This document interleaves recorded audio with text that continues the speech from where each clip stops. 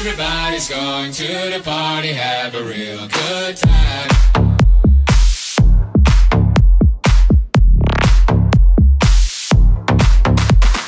Dancing in the desert, blowing up the sunshine.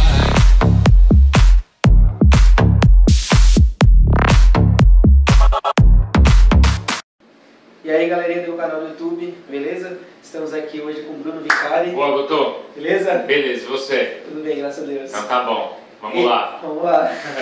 Ele começou a carreira na Jovem Pan, depois foi pra TV, né, no SBT, e paralelamente a isso, um SPN. Isso. Como é que foi essa sua trajetória? Eu fiquei 11 anos na Jovem Pan. Eu comecei em 2003, quando eu ainda entrei como estagiário.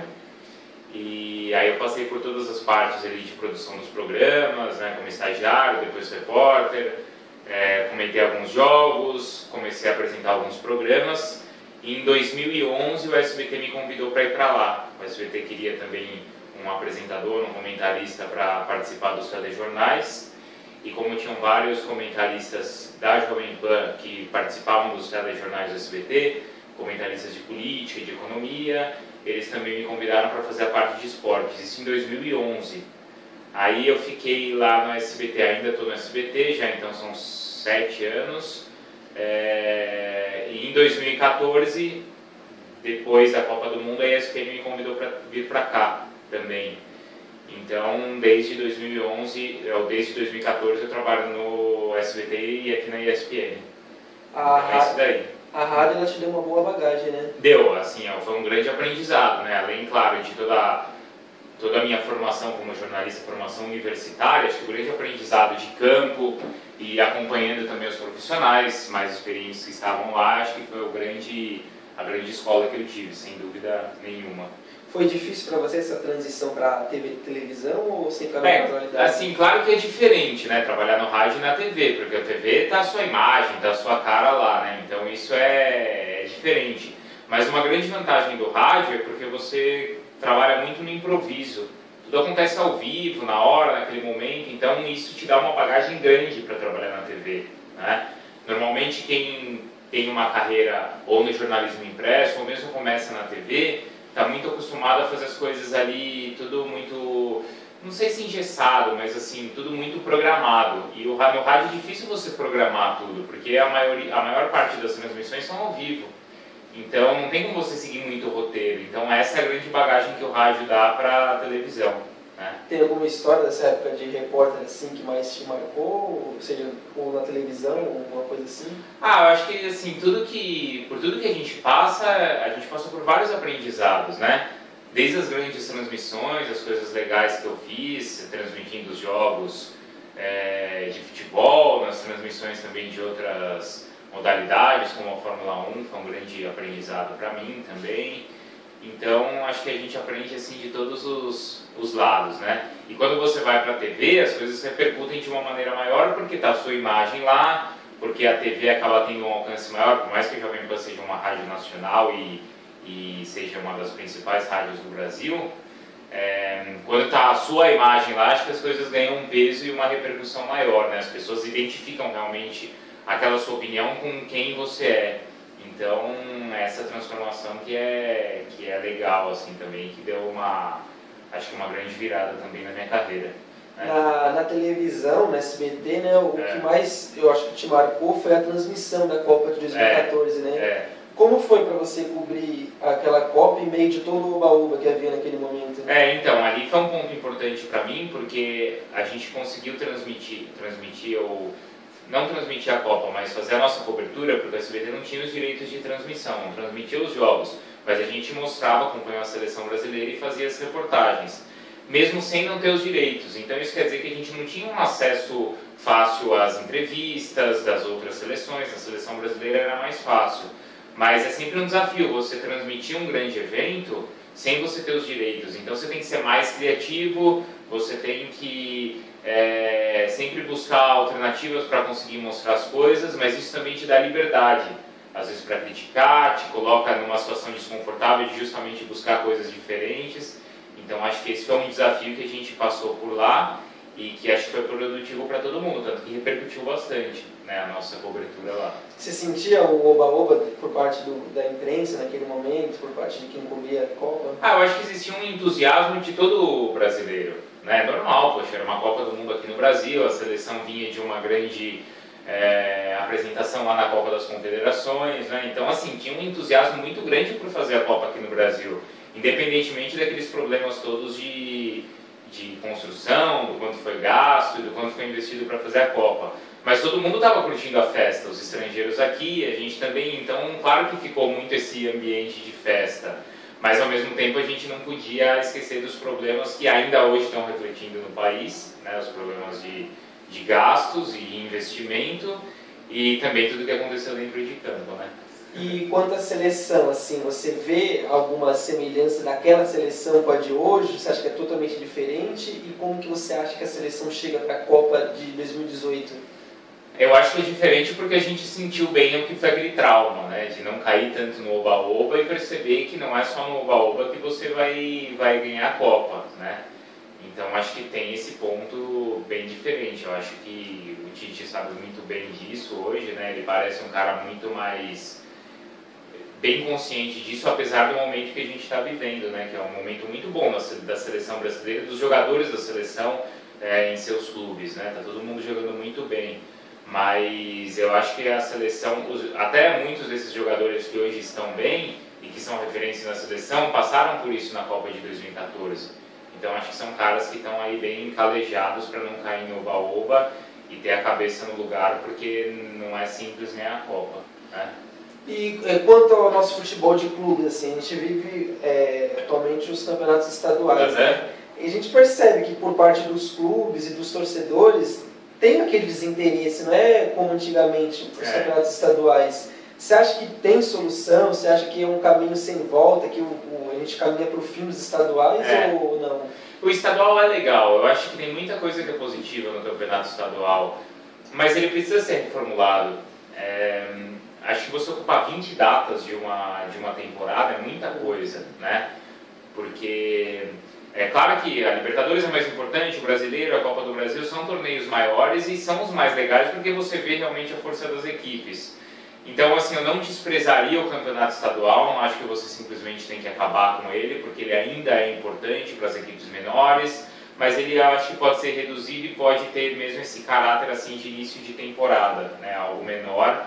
Mas para as equipes, sei lá, hoje são 20 datas, você poderia resolver em, não sei, 12, em 10 datas talvez, ser algo menor, para aí você ter um calendário mais tranquilo para os técnicos fazerem uma pré-temporada decente, para as equipes respeitarem de fato a data FIFA, não perderem jogadores para as seleções. Eu acho que se a gente conseguisse reduzir aí algumas datas no calendário, seria melhor para todo mundo. Mas ao mesmo tempo a gente sabe que os clubes eles ganham muito dinheiro da televisão com a transmissão dos campeonatos estaduais. Então é difícil hoje a gente imaginar os clubes abrindo mão disso. Deveriam abrir, acho que seria bom para todo mundo. Você teria uma qualidade maior do jogo no estadual e depois durante toda a temporada. Mas é difícil hoje você imaginar os clubes abrindo mão disso. Um outro ponto que eu acho curioso no nosso futebol é quanto à Libertadores, né? Assim, todo mundo acha que os brasileiros sempre entram como favorito, e eu acho que muitas vezes eles veem os pequenos de fora com certo desprezo, assim. E todo ano a gente vê eles sendo eliminados, seja Tolima, Guarani do Paraguai, Jorge Wilstermann.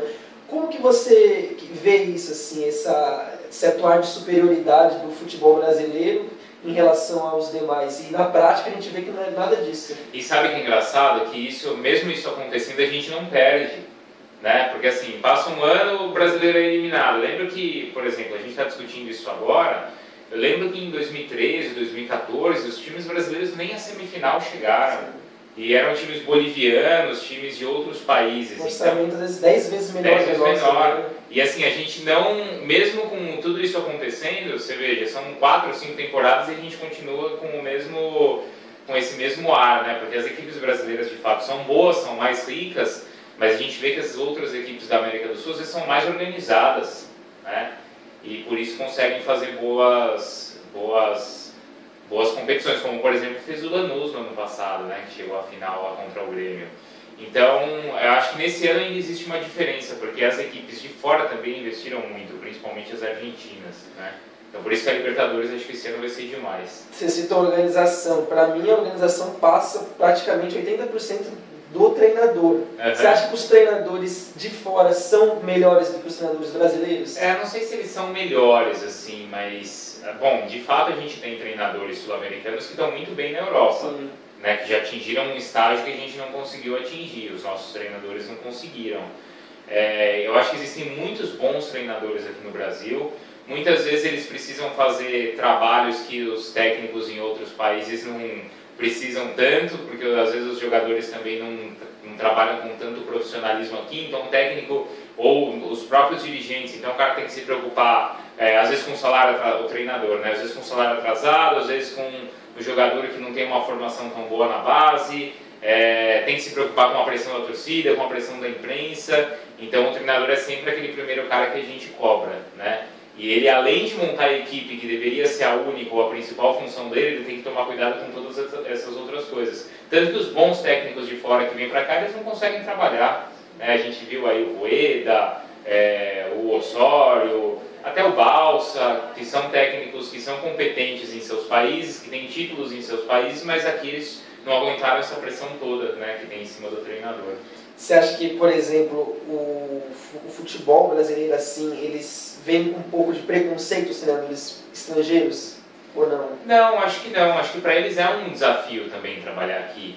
Mas quando eles vêm para cá, eles sentem essa coisa que os técnicos brasileiros, de certa forma, já estão acostumados, né? Então, claro que lá fora também existe pressão e tudo isso, mas aqui a gente é mais impaciente. Isso acaba jogando contra os nossos treinadores, que talvez não sejam tão preparados quanto esses outros, né? Aí estou falando de uma maneira geral, porque existem muitos competentes aqui.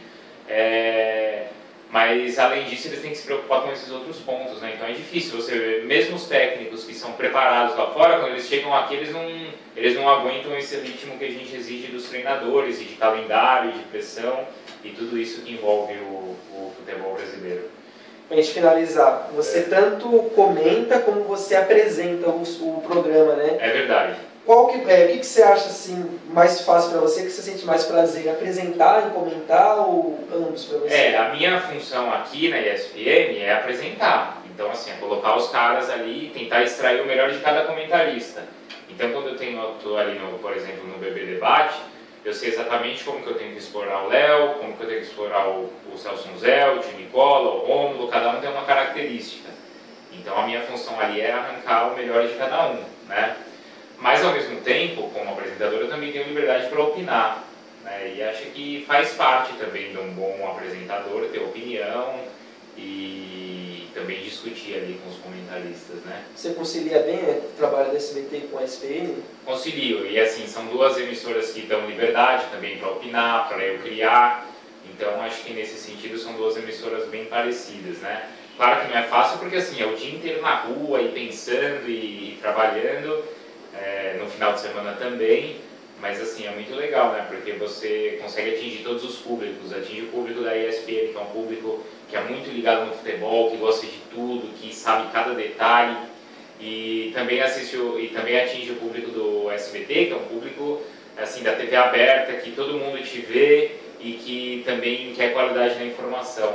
Então conseguir equilibrar as duas coisas é um desafio e é bem legal pra gente. Bruno, é isso, doutor? É isso. E você, vai me cornetar, vai fazer vai dar alguma dica ou tá tudo bem? Não, eu vou cornetar no São Paulo, não dá. O Dorival, no São Paulo não tem jeito, cara. Pra mim, eu vejo assim, até agora eu vou cornetar. Eu acho que a imprensa tem muita boa vontade com o Dorival. Acho que com o Rogério Ceni eles batiam, tiraram o time inteiro do São Paulo e colocavam a culpa no Rogério. E pro Dorival dão Hernanes, dão Marcos Guilherme, dão Petros, dão tudo que ele pede, eles dão e a cobrança é mínima. Parece que paga imposto para falar do Dorival. E eu acho que a imprensa alisa muito pro Dorival, tá na hora dele sair do São Paulo, que dali ele não tira mais nada. Vamos ver aí como vai ser então os próximos dias aí do Dorival. Espero que venha o Jardine ou sei lá, outro, mas ele não dá mais não. Valeu, doutor. Valeu, obrigadão, hein? Falou, pessoal. Valeu, galera, até a próxima.